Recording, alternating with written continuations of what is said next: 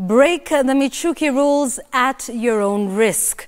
This was Cabinet Secretary Fred Matiang'i's warning to matatu crews and commuters as the government made good its pledge to enforce the safety regulations from today. And despite withdrawing their vehicles from the roads, matatu operators emerged from a meeting with Interior PS Karanja Kibicho and announced that they would abide by the regulations. Michuki now brings us those details. The push by the government to reintroduce the famous Michuki rules has brought together consolidated efforts between the Ministry of Interior and that of Transport. Interior CS Dr. Fred Matiang'i says SACCOs that were on strike could be deregistered. You are not licensed to blackmail people. You are licensed to do a business, and if you are doing business on the basis of blackmail, you cannot continue doing business. And it's time to actually relook at all those licenses all over again. As Matiang'i was speaking tough, the Federation of Matatu Operators was hauled up in a meeting with Principal Secretary Karanja Kibicho. Matatu owners and operators had reached an agreement with government that will see vehicles that have complied with the rules back on wheels. The Federation apologizing to Kenyans for the inconveniences caused by its earlier decision to withdraw vehicles from the roads.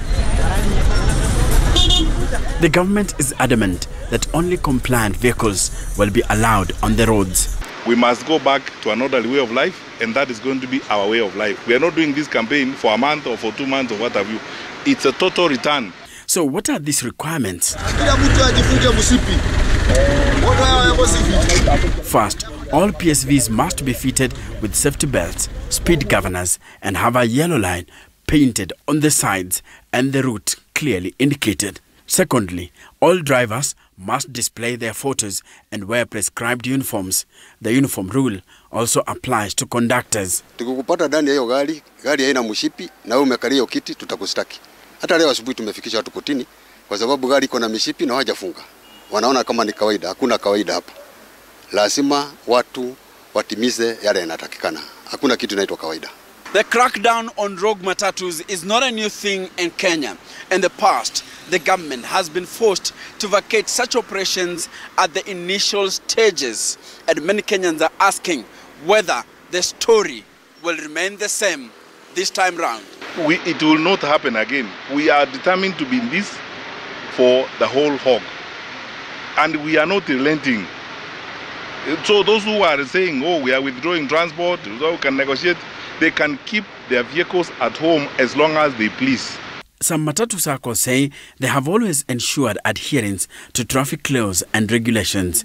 One such SACCO is Kakati SACCO, and we boarded one of its vehicles.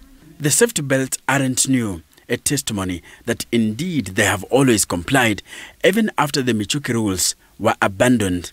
Hizo sheria tulipitisha kitambo, zilipitishwa kitambo, huwa tunazifuata. Kwa hivyo hakuna kitu tumeongezea, ni vile tu tunakuaga. Michuki, Citizen TV, Nairobi.